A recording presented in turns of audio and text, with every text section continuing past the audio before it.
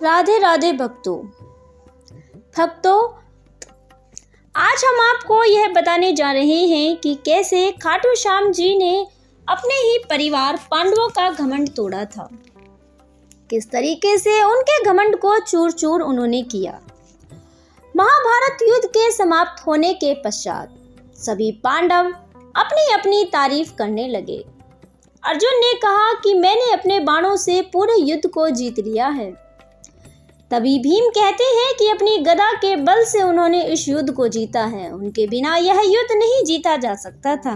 तभी धर्मराज युधिष्ठिर कहते हैं कि नहीं, यह युद्ध तो उन्होंने अपने सत्य के बल पर जीता है। नकुल और सहदेव कहते हैं कि यह युद्ध उन्होंने अपनी कौशल कला से जीता है, क्योंकि उनके पास अश्वनी कुमारों का आशीर्वाद था, जिसकी वजह से उन्होंने पूरी घायल सेना को सही कर दिया। यह सब खाटू श्याम जी देख रहे थे। तब वह नीचे आते हैं और उनके पास आकर कहते हैं कि आप सब अपनी अपनी तारीफ कर कर कितने प्रसन्न हो रहे हैं। सच तो यह है कि आप में से किसी ने भी यह युद्ध नहीं जीता है। यह युद्ध अगर किसी की वजह से जीता गया है तो वो भगवान स्वयं श्री कृष्ण हैं। भीम को कहते हैं कि तुम्हारे अंदर इतना कौशल नहीं था कि तुम अपनी गदा को उठा सको। भगवान श्री कृष्ण की शक्ति से ही तुम अपनी गदा को उठा पाए और उन्हीं की शक्ति से तुम आज तक जीवित हो। तभी वह धर्मराज युधिष्ठिर से कहते हैं कि आप सत्य की बात कर रहे हैं। आपने तो झूठ बोला था और झूठ यह था कि अश्वत्थामा मर चुका है, जबकि वह तो जिंदा था।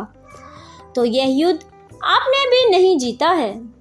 फिर वह अर्जुन से कहते हैं, आपने युद्ध में अपने बाणों का कौशल जरूर दिखाया है, लेकिन आपकी वजह से भी यह युद्ध नहीं जीता गया है, क्योंकि भगवान श्री कृष्ण ने कितनी ही बार आपको मृत्यु के मुख से इस युद्ध में बचाया है। इसी तरीके से वह नकुल और सहदेव से भी कहते हैं। वह कहते हैं कि भगवान श्री कृष्ण भगवान हैं, उनकी शक्तियां अनंत हैं। वह आपके सारथी जरूर थे, लेकिन उन्हीं की वजह से यह युद्ध जीता गया है।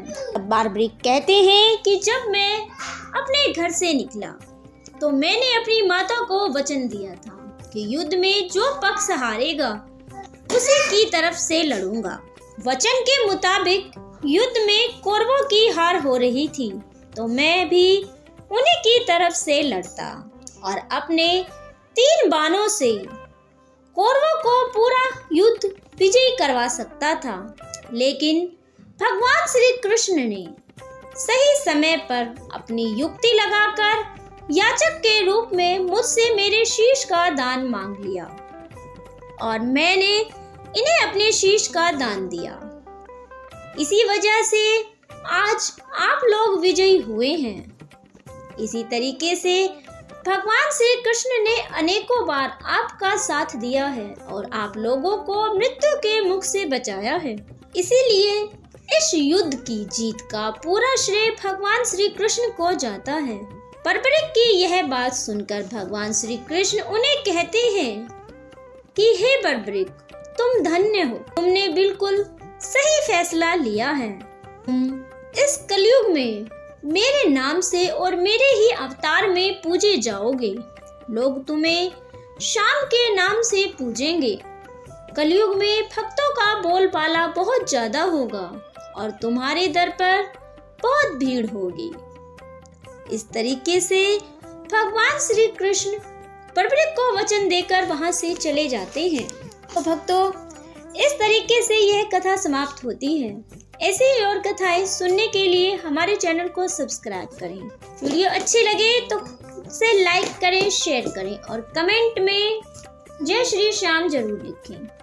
राधे राधे, आपका दिन मंगलमय हो।